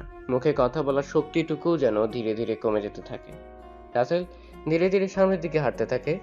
যেতে যেতে একটা টঙে চায়ের দোকান দেখতে পায়। রাসেল মান সম্মানকে বাম পকেটে রেখে চাচা, আমাকে একটা কিছু খেতে দিবেন? তাহলে খুব খুশি হতাম। ক্ষুধার জ্বালায় আমার এই পেটটা চিল্লাচিল্লি শুরু করেছে। দোকানদারকে বলে ওঠে, তোমার তো শরীরের কোনো অংশই নষ্ট হয়নি, তাহলে কাজ করে না খেয়ে ভাবে যে খেতে লজ্জা করে না? দোকানদারের কথা শুনে রাসেলের মলিন মুখটা আরো বেশি মলিন হয়ে যায়। কেননা এই প্রথমও কারো কাছে কোনো খাবার জিনিস চাইলো, কারণ ও না খেয়ে থেকেছে, তবুও কারো কাছে কিছু চাইনি। চাচা, আমারে তাহলে যে কোনো একটা কাজ দিয়ে সেটার বিনিময় না হয়ে কিছু খাবার দিন। রাসেলের কথা শুনে দোকানদার পড়ে যায় আর এক বিপদে, কেননা সে ভেবেছিল পরের কথাগুলো বললেই কাজ করার ভর গায়ে চলে যাবে। কিন্তু ঘটনাটা উল্টো। আমার কাছে কোনো কাজ নেই, এখান থেকে সামনের দিকে যা দেখছেন এই হলো মানুষের মন। কেন সে নিজেই তো বললো কাজ করে খেতে, তাহলে কাজ দিতে অসুবিধা কোথায়? আসলে আমরা মুখে অনেক কথাই বলতে পারি, কিন্তু কাজ করে দেখাতে পারি না। রাসেল সেখানে আর কোনো কথা না বলে চলে যায়। যেতে যেতে সামনে দেখতে পায় একটা গাছে পেয়ারা ধরে আছে। রাসেল ক্ষুধা মেটানোর একটা উপায় দেখতে পেয়ে অনেক খুশি হয়। কি পরক্ষণে মনটা ছোট হয়ে যায়, কেননা এই পেয়ারা গাছ তো আর তার না যে ইচ্ছে হলে পেরে খাবে। তাই সেখান থেকে চলে আসার জন্য হাঁটতে থাকে। অমনি পেছন থেকে একটা ডাক শুনতে পায়। পিছনে ফিরে দেখে একটা লোক ওই গাছের নিচে দাঁড়িয়ে ওকেই ডাকছে। আসলে সেখানে গেলে লোকটি বলে, আমি লক্ষ্য করছিলাম তুমি গাছের দিকে তাকিয়ে কিছু ভাবছিলে। হয়তো তোমার এই পেয়ারা খেতে মন চেয়েছে, কিন্তু তুমি চুরি করে পারোনি। তুমি ইচ্ছে করলেই পারতে কিন্তু তুমি সেটা করোনি। তাই তোমার সততা আমাকে মুগ্ধ করেছে। এই নাও পেয়ারাগুলো, তুমি নিয়ে যাও। রাসেল অনেকটাই খুশি হয়ে লোকটাকে ধন্যবাদ জানিয়ে পেয়ারাগুলো নিয়ে আসে। আসলে আল্লাহ কোনো কিছু রিজিকে রাখলে সেটা কেউ ছিনিয়ে নিতে পারে না, এটা আসলেই সত্য। রাসেল সেখান থেকে চলে আসে একটা নির্জন জায়গায়। সেখানে এসে পেয়ারা একটা একটা করে খেয়ে নেয়। পেটটা এখন একটু শান্তি পেল। এখন রাসেলের মাথায় আর এক চিন্তা এসে ভর করে, রাতটা কাটাবে কোথায়। হাজারটা চিন্তা মাথায় নিয়ে হাঁটতে শুরু করে। হাঁটতে হাঁটতে রাসেল একটা মেয়ের চিৎকার শুনতে পায়। কে আছে, বাঁচাও আমাকে এই গুন্ডাদের হাত থেকে। রাসেল শব্দটা শুনে চারিপাশে খুঁজতে থাকে, কিন্তু কোথাও খুঁজে পায় না। তাই আর একটু সামনে এগিয়ে আসে। আবার মনে মনে একটু ভয় করে, কেননা রাতের বেলা, বুঝতেই পারতেছেন। আবারও চিৎকার দিয়ে ওঠে, বাঁচাও। রাসেল এবার দেখতে পায় সামনে থেকে শব্দটা আসতেছে। একটু এগিয়ে গেলে দেখতে পায় কতগুলো গুন্ডা দুইটা মেয়েকে ধর্ষণ করার চেষ্টা করতেছে। রাসেল কি করবে ভেবে পায় না, কেননা এতগুলো মানুষের সাথে কি আর একা পেরে উঠবে বলেন। কেননা এমনটা সিনেমাতেই মানায়। রাসেল ওখানে চলে আসে। এই, আপনারা এনাদের সাথে এমন করতেছেন কেন? রাসেলের কণ্ঠ শুনে আহানা ও নিধি অনেকটাই ভরসা পায়। এদিকে গুন্ডাগুলো, তোর সাহস তো কম না, আমাদের শিকারের কাছে কথা বলিস। বাঁচতে চাইলে দৌড়ে পালা এখান থেকে। রাসেল গুন্ডাদের কথা শুনে হো হো করে হেসে ওঠে, যেটা দেখে গুন্ডারা একে অপরের দিকে চাওয়াচাওয়ি করতে থাকে। হাসালি রে। আর তোদের মতো লম্পটদের কারণে আজকাল আমাদের দেশের মা বোনেরা বাইরে নিরাপদে চলাচল করতে পারে না। আমাদের বাঁচিয়ে নিন এই লম্পটদের হাত থেকে প্লিজ ভাইয়া। আরে চিন্তা করিয়েন না, আমি আছি তো আপনাদের সাথে। আপনারা একটু এদের গুণে দেখেন তো কতজন আছে এরা। সবাই রাসেলের কথা শুনে বোকা বনে যায়। আহানা গুনে রাসেলকে বলে, ভাইয়া এরা 5 জন আছে, তবে একজনের সাইজ দেখলে কিন্তু হাতিদের মতোই মনে হয়। কি বলেন? 5, তাও আবার একজন হাতির মতো? তাহলে তো আমার শক্তি একটু বেশি খরচ করতে হবে। এই রে, বীরের মতো কথা তো বলতেছি। এখন এই হাতি যদি আমাকে ধরে তাহলে কি আমি বাঁচতে পারবো? রাসেলের কথা শুনে গুন্ডাদের দলে থাকা হাতিটা শরীর ঝাঁকাতে ঝাঁকাতে রাসেলের দিকে আসতে থাকে। রাসেলের তো আত্মায় পানি নেই, একদম শুকিয়ে কাঠ হয়ে গেছে। হাতি দৌড়ে আসে রাসেলকে মারতে। রাসেল একটু সরে যায় আর হাতি পেছনে থাকা গাছটার সাথে ধাক্কা খেয়ে পড়ে যায়। রাসেল গিয়ে ওর উপরেই কয়েকটা লাগিয়ে দেয়। ব্যাস হয়ে গেল হাতি কেল্লা হতে। বাকিদেরও একে ফাঁকি দিয়ে দিয়ে মারতে থাকে। পরে গুন্ডাগুলো দৌড়ে পালিয়ে যায়। এই তোরা পালাস কেন? আয়, আমার তো এখনো পুরোপুরি ব্যায়াম করাই হলো না। আহানা ও নিধি কাছে এসে বলে, ভাইয়া আপনাকে অনেক অনেক ধন্যবাদ আমাদের ওদের হাত থেকে বাঁচানোর জন্য। ধন্যবাদ দেওয়ার কি আছে, এটা আমার কর্তব্য। তুমি যদি আমার বোন হতে তাহলে কি আমি তোমাদের বিপদে রেখে যেতে পারতাম বলো? আমার তরফ থেকেও আপনাকে অনেক অনেক ধন্যবাদ। রাসেল এত সময় নিধিকে খেয়াল করেনি। নিধি কথা শুনে রাসেল ওইদিকে তাকিয়ে যেন হা হয়ে যায়। মুখ থেকে একটাই শব্দ বের হয়, পড়ি। রাসেলের কথা শুনে নিধি ও আহানা একে অপরের দিকে তাকিয়ে চাওয়াচাওয়ি করতে থাকে। এখানে গুন্ডা ছিল, কিন্তু পরী কোথা থেকে আসলো? আর আমরা তো কোনো পরী দেখতে পাচ্ছি না। আমার সামনেই তো দাঁড়িয়ে আছেন, আপনি কি পরি থেকে কোনো অংশে কম নাকি বলেন? রাসেলের কথা শুনে নিধি তো লজ্জায় লাল হয়ে যায়, আর আহানা মিটিমিটি হাসতে থাকে। ভাইয়া আমি আহানা ইয়াসমিন, আর ও হলো আমার একমাত্র কলিজার বান্ধবী অনামিকা জান্নাত নিধি। ও আচ্ছা, আর আপনাদের নামটা খুবই সুন্দর। আর আমি হলাম রাসেল। আচ্ছা, আপনারা এত রাতে এখানে কেন? আসলে হয়েছে কি, আমার একটা বান্ধবীর জন্মদিনের অনুষ্ঠানে গিয়েছিলাম, আর আসার সময় গাড়ি নষ্ট হয়ে যাওয়াতে ড্রাইভারকে গাড়ির কাছে রেখে হেঁটেই যাচ্ছিলাম। আর বাকিটা আপনি জানেনই। ও বুঝলাম। আচ্ছা চলেন, আমি আপনাদের বাড়ি পৌঁছে দেই। ওরা তিনজনে কথা বলতে বলতে হাঁটা শুরু করে। কিছুটা সময় পরে নিধির বাসা চলে আসে। নিধিরা অনেক বড় লোক। রাসেলকে বাড়ির ভিতরে যেতে বলে, কিন্তু আহানা বাড়ি পৌঁছে দিতে হবে বলে যায় না। আবার আহানাকে ওর বাড়ি পৌঁছে দেয়। আহানাদের বাড়িও যেন নিধিদের কোনো অংশে কম না, বরং ওদের থেকে বেশি বড়। ভাইয়া চলো ভিতরে, বাবা মায়ের সাথে কথা বলে তারপরে যাবে। না বোন, আজকে না অন্য একদিন যাব, আমাকে এখন কাজ করতে হবে। আচ্ছা তাহলে আপনার মোবাইল নাম্বারটা দিয়ে পরে কথা বলা যাবে। সরি, আমার কোনো মোবাইল নেই। আচ্ছা ভাই, আমি এখন যাই। আহানা কিছু বলার আগে রাসেল সেখান থেকে চলে আসে। থাকবে কোথায় সেটা ভাবতেই যেন মাথা কাজ করা বন্ধ করে দেয়। রাসেল আহানাদের বাড়ির দারোয়ানের কাছে গিয়ে বলে সে আজকের রাতটা এখানে একটু থাকতে পারবে নাকি। দারোয়ান একটু ভালো ছিল, তাই রাসেলকে তার রুমে থাকতে দেয়। রাসেল দারোয়ানকে ধন্যবাদ দিয়ে রুমে এসে শুয়ে ইজাজের কথা চিন্তা করে। ইসরা, তুমি আমার সাথে যে নাটক করেছো তার জন্য তোমাকে কাঁদতেই হবে। তুমি দেখে নিও, তোমাকে নিজের থেকে ভালোবেসেছিলাম। কি দোষ ছিল আমার? আমি এতিম আর গরিব, এটা কি আমার দোষ? আল্লাহ তো এমনটা আমার ভাগ্যে লিখেছে। এসব ভাবতে ভাবতে ঘুমিয়ে পড়ে। সকালে রাসেলের একটু দেরিতেই ঘুম ভাঙে, তারানো ডাকেনি ওকে। রাসেল উঠে রুম থেকে বেরিয়ে সামনে যেতে নিলেই আহানার বাবা মিস্টার রফিকুল চৌধুরী বলে ওঠে, এই ছেলে, তুমি এখানে কেন? তোমাকে তো এর আগে কখনো দেখিনি। আসসালামু আলাইকুম। আসলে আমি দারোয়ান কাকার থেকে সাহায্য নিয়ে রাতে এখানে থেকেছিলাম। আমার কোনো যাওয়ার জায়গা নেই তো তাই। ও আচ্ছা, ভালো করেছো। তা বাবা, তোমার নামটা কি শুনি? রাসেল বলতে যাবে অমনি ভিতর থেকে আহানা এসে পেছন, সেটাই তো এখনো শোনা হলো না। আসলে কি করে যে বলি সেটাই ভেবে পাচ্ছি না। ভাইয়া বলো তো, এত মানে না করে। হ্যাঁ বাবা, বলে ফেলো। আর যদি তেমন কোনো কথা হয় তাহলে বলার দরকার নেই। আরে তেমন কিছুই না, আসলে আমি গতকালকেই এই শহরে এসেছি। আমার যাওয়ার কোনো জায়গা নেই, তাই এখানে দারোয়ান কাকাকে বলে এখানে রাত্রে থাকার জন্য আশ্রয় নিয়েছিলাম। রাসেলের কথা শুনে সবাই অনেকটাই অবাক হয়ে যায়। রফিকুল চৌধুরী অনেকটাই রাগ, তাই ঠাস করে রাসেলের গালে কষে একটা থাপ্পড় দেয়। রাসেল গালে হাত দিয়ে দাঁড়িয়ে থাকে, আর আহানা তো অবাক হয়ে ওর বাবার মুখের দিকে তাকিয়ে আছে। বাবা, তুমি ওনাকে এভাবে মারলে কেন? তুমি কি এইভাবে ভাইয়ার উপকারের প্রতিদান দিলে? মারবো না তো কি করবো বল? তুই যখন ওকে বাড়ির ভিতরে আসতে বলছিস তখন তো তোকেই বলতে পারতো ওর কোনো থাকার জায়গা নেই। আমার বাড়িটা কি ছোট যে ওর থাকার জায়গা হবে না? রাসেল এখনকার কথা শুনে বুঝতে পারে রফিকুল চৌধুরী একটা ভালো মনের মানুষ, তাই কিছু মনে করলো না। আপনাদের চিনি না জানি না, সেখানে কিভাবে বলতে পারি যে আমার থাকার কোনো জায়গা নেই? আমার মেয়ের ইজ্জত বাঁচানোর সময় তো মনে করনি অহনা তোমার অপরিচিত। তখন তো কোন বোন ভেবেই ভাইয়ের মতো রক্ষা করেছো। তুমি তো ইচ্ছে করেই সেই গুন্ডাদের সাথে হাত মিলিয়ে আমার মেয়ের ক্ষতি করতে পারতে, কিন্তু সেটা করনি কারণ তোমার মাঝে আদর্শ পিতামাতার রক্ত আছে।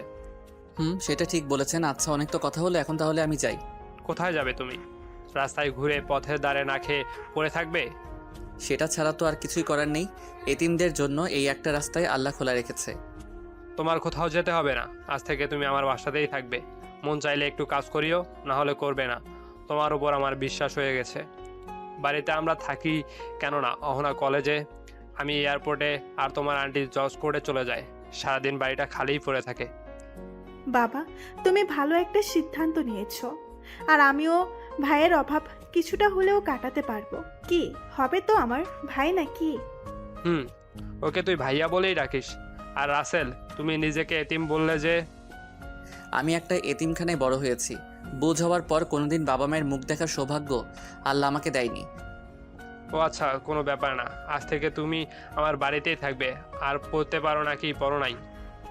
আমি একটা গ্যারেজে কাজ করে পেটের ভাত জোগাড় করতাম, পাশাপাশি লেখাপড়া করার চেষ্টা করতাম। তুমি গাড়ি ঠিক করতে পারো? তাহলে তো ভালোই হলো। তা কি লেখাপড়া করেছো? এসএসসি পাশ করে কি করেছো, নাকি 8 ক্লাস পর্যন্ত শেষ? পাশ করেছি। বাবা, তুমি কি ভাইয়ার চাকরির ইন্টারভিউ নিচ্ছ? দেখছো এই ভাইয়ার মুখটা শুকিয়ে আছে ক্ষুধায়। বুঝছি। তা বাবা, তুমি এসএসসি কোন ডিপার্টমেন্ট আর কোন গ্রেডে পাশ করেছো? আমি তেমন ভালো করতে পারিনি, তবে এসএসসিতে সায়েন্সে গোল্ডেন এ প্লাস, এসএসসিতে সায়েন্সে গোল্ডেন এ প্লাস, আর আমি বর্তমানে অনার্স সেকেন্ড ইয়ারের ছাত্র। রাসেলের কথা শুনে রফিকুল চৌধুরী যেন আসমান থেকে মাটিতে পড়ে। এমন অবস্থার আহানা তো অবাক হয়েই আছে এখনো। কি, তুমি এত ভালো ছাত্র ছিলে? শুনে খুব খুশি হলাম। আচ্ছা, তুমি বিমান বাহিনীতে চাকরি করবে? আল্লাহ যদি বিমান বাহিনী চাকরি কপালে রাখতো তাহলে ভালোই হতো। তাহলে ধরো তোমার চাকরি হয়ে গেছে। রাসেল তো রফিকুল চৌধুরীর কথা শুনে হো হো করে হেসে দেয়। হা হা হা। ভাইয়া, তুমি এইভাবে হাসো কেন? হাসবো না তো কি করব? আমি এখন আবেদন করলাম না, আর আমার চাকরি নাকি হয়ে যাবে। ও, এই ব্যাপার। আমি আরো ভাবলাম না জানি কি। শোনো বাবা, পারে তোমার চাকরি দিতে, কেননা বাবা হলেন বিমান বাহিনীর marshal, senior warrant officer. Russell তো অবাক হয়ে যায়, এত বড় একজন অফিসারের সামনে হাসলো। সরি, আমি বুঝতে পারিনি। আরে সরি বলার কি আছে? আমি তো তোমাকে দেখে বুঝতে পারিনি তুমি এতটা পড়াশোনা করেছো। না, ওকে ভিতরে নিয়ে খাবার দে, না হলে এই পড়ে গেল বলে। রফিক চৌধুরী কথাটা বলে অফিসের উদ্দেশ্যে চলে যান। আর এইদিকে অহনা রাসেলকে নিয়ে ভিতরে আসে। রাসেল তো অবাক হয়ে বাড়ির সব কিছুই দেখতেই ব্যস্ত। রাসেল যেই না সিঁড়ির দিকে তাকিয়েছে, অমনি রাসেলের কলিজায় একটা মোচড় দিয়ে ওঠে। আহানার মাকে দেখে। কেন যে এমনটা হলো সেটা এখনো অজানা। আহানা, এই ছেলেটা কে? আমাদের বাড়িতে তো আগে কখনো দেখি নাই। আম্মু, এ হলো রাসেল, আমার ভাইয়া। কালকে যার কথা তোমাদের বললাম। ও আচ্ছা, বুঝলাম। তা বাবা রাসেল, তুমি কেমন আছো? আমি অনেক ভালো আছি। আপনি কেমন আছেন? এই, তোর তো সাহস কম না? রাশিদা চৌধুরী চোখ বড় করে কথাটা বলে। রাসেল তো ভয় চুপসে গেছে, তাই কিছুই বলে না। রাসেল, তোর ভাই হলে আমার তো ছেলে হয়, তাই না? তাহলে ও আমাকে আম্মু বলে ডাকলো না কেন? রাসেল তো অনেকটাই অবাক রাশিদা চৌধুরীর কথা শুনে। এতটা আপন করে কেউ কিভাবে নিতে পারে? আচ্ছা আম্মু, আমার ভুল হয়ে গেছে। আসলে আম্মু শব্দটা কখনো ডাকার সৌভাগ্য আমার হয়নি, তাই অভ্যাস নেই। তোর কথা তো আমি একটুও বুঝতে পারলাম না। আম্মু, ভাইয়া এতিম, ওর বাবা মা ভাই বোন কেউ নেই। কে বলেছো ও এতিম? আমরা আছি না? আর বাবা, তুই একদম চিন্তা করবি না, এখন খেয়ে নে। রাসেল খেতে বসে যায়। আহানা বেড়ে দিচ্ছে আর মিসেস রাশিদা চৌধুরী পাশেই দাঁড়িয়ে এটা ওটা দিচ্ছে। রাসেল রাশিদা চৌধুরীর মুখের সামনে এক লোকমা খাবার তুলে ধরে। রাশিদা চৌধুরীর চোখে জল এসে যায়, কেননা এইভাবে কখনোই খায়নি। তো তাই রাশিদা চৌধুরী খেয়ে নেয়। আমি যে কারো বোন, সেটা কি কেউ মনে রাখে? নে, এখন আদরে বোনকে সামলা। নে পেতনি, হাঁ কর। রাসেল পেতনি বলতেই তো আহানা লুচির মতো ফুলতে থাকে। ভাইয়া, তুই আমাকে পেতনি বললি? তুই পেতনি, তোর বউ পেতনি। হা হা হা, ছেলেরা কিভাবে পেতনি হয় শুনি। আর আমার তো বউ নাই, তাই তুই তাকে পেতনি বলেও লাভ নাই। যা, তোর সাথে কোনো কথা নেই। রেগে ফায়ার হয়ে যায়। আহানা অন্যদিকে মুখ ঘুরিয়ে কথাগুলো বলে। রাসেল খাবার ওর মুখের সামনে নিয়ে বলে, নে হাঁ কর। খাবো না, তুই খা। আম্মু, ফুচকা যেন কোথায় পাওয়া যায়? চলো না, আমি আর তুমি যে খেয়ে আসি। তবে যদি কেউ যেতে চায় সাথে, তাহলে যেতে পারে। ভাইয়া, আমি যাব। ফুচকা কত মজা। আহানার কথা শুনে রাসেল ও রাশিদা চৌধুরী হো হো করে হেসে ওঠে। নে আগে খেয়ে নে, পরে না হয় ঘুরতে নিয়ে যাব তোকে, কেমন? এই তো আমার আদরের লক্ষ্মী ভাইয়া। এভাবে হাসি ঠাট্টার মাঝেই খাবার পর্ব শেষ করে সোফায় বসে কথা বলতে থাকে। তখনই রাশিদা চৌধুরী ফোনে আহানার বাবা কল দেয়। আসসালামু আলাইকুম। ওয়ালাইকুম আসসালাম। রাসেলের সব কাগজপত্র ইমেইলে করে দাও তো। রাসেলের কাগজপত্র মানে? তো আমি কিছুই বুঝলাম না। রাসেলকে বিমান বাহিনীর চাকরিতে ঢুকিয়ে দিমু, তাই ওর কাগজপত্র মেইল করে দাও আমাকে। আচ্ছা, দিচ্ছে, দাঁড়াও তুমি। রাশিদা চৌধুরী কল কেটে দিয়ে রাসেলের থেকে সব কাগজপত্র নিয়ে রফিকুল চৌধুরীকে ইমেল করে দেয় ছবি সহ। রাসেল, তুই তাহলে আহানার কলেজে ভর্তি হয়ে পড়াটা শেষ কর। কি মজা, কি মজা। আমি ভাইয়ার সাথে কলেজে যাব। থাক, আর পড়াশোনা করব না। সবাই এতিম খ্যাত ছোট লোক বলে অপমান ছাড়া কিছুই বলে না। আমার ভাইকে এসব বলবে এত বড় সাহস এই শহরের কারোরই নেই। হা হা হা, এখনই না বললি কেউ কিছু বলবে না, তাহলে ভয় পাচ্ছি যে। ভয় পাবো? তাও আবার আমি? তোর বোন হয় আমি, বুঝলি? নো ভয়। ওই স্যার বলতে হবে না। রাশিদা চৌধুরী আদেশ পেয়ে আহানা রাসেলকে নিয়ে একটা রুম দেখিয়ে দেয়। রুমটা অনেক সুন্দর করে সাজানো গোছানো। আচ্ছা হানা, এই রুমটা এত সুন্দর করে সাজানো গোছানো কেন? এখানে কি কেউ থাকে? আসলে আমার একটা ভাই ছিল, ছোটবেলায় নাকি হারিয়ে গেছে, তাই আম্মু এই রুমটা ভাইয়ার জন্য প্রতিদিন সাজিয়ে রাখে, যদি ভাইয়া কখনো ফিরে আসে এটা ভেবে। আহানার চোখে নোনা পানি ভর করে। সেটা মুছতে যাবে অমনি রাসেল আহানার চোখের পানি মুছে দেয়। কাঁদিস না, দেখবি আল্লাহ একদিন তোর ভাইকে ঠিকই তোদের কাছে ফিরিয়ে দিবেন। আচ্ছা, তুই ফ্রেশ হয়ে একটু রেস্ট নে, আমি বরং নিধিকে একটু জ্বালিয়ে আসি। ও, তার মানে তুই এখন পরি ম্যাডামকে জ্বালানোর জন্য যাচ্ছিস? আর নিধিকে একদম রাগাস না, তাহলে কিন্তু তোকে ইনজেকশন দিবে। মানে তো কিছুই বুঝলাম না, ইঞ্জেকশন দিবে কেন? নিধি হলো ডাক্তার, হয়নি, তবে আর 1 বছর পরে হবে। ও আচ্ছা, বুঝলাম। আচ্ছা সাবধানে যাইস কেমন, আর বেশি রাগিয়ে দিস না তাহলে। আর নিধি অনেক লক্ষ্মী একটা মেয়ে, আম্মু তো ওকে ছেলের বউ বলেই ডাকে। বাবারে বাবা, বলিস কি এটা? ছেলে নাই পাশে আর এইদিকে বৌমা কথা শেষ। আচ্ছা তুই থাক, আমি গেলাম। রাসেল আর কোথাও কথা না বলে ওয়াশরুম থেকে ফ্রেশ হয়ে বিছানায় গা এলিয়ে দিয়ে ভাবে কোথায় ছিল আর এক মুহূর্তের মাঝেই কোথায় আসলো। ইজাদের কথা বড্ড বেশি মনে পড়ছে রাসেলের। রাসেল মনটাকে শক্ত করে ইসরাতের কথা ভুলে অনেক কষ্ট ঘুমকে নিজের বশে আনে, অনেক ঘুমের দেশে পাড়ি জমায়। এইদিকে ইসরাত বারবার মোবাইল হাতে নিয়ে চেক দেয় রাসেল কল বা মেসেজ দিছে নাকি, কিন্তু বারবার হতাশ হয়ে ফোন রেখে দেয়। ইসরাতের এখন একটুও ভালো লাগে না, শুধু রাসেলের কথা বারবার মনে পড়ছে। ইসরাত কলেজে চলে আসে, দেখে রাইসা ও রাফি আগেই বসে আছে, কিন্তু রাফির মনটা খারাপ হয়ে যায়। মানে রাসেল আবার কোথায় যাবে? কলেজে আসেনি এখনো? না, ওর ফোনটাও কাল থেকে বন্ধ, কোনো খবর পাচ্ছি না। তোমার কারণে আমার বন্ধুর কিছু হলে আমি তোমাকে ছাড়বো না, কথা বলে দিলাম। ইসরাত কি বলবে ভেবে পায় না, ওর চোখেও আজ পানি। যেই মেয়েটার চোখে কাল অব্দি পানি ছিল না, আজ এতিমটার জন্য তার চোখে পানি। আমি বুঝতে পারিনি এমনটা হয়ে যাবে। ও তো এমনটা আগে কখনো করেনি। আমি তো কত কিছু বলেছি।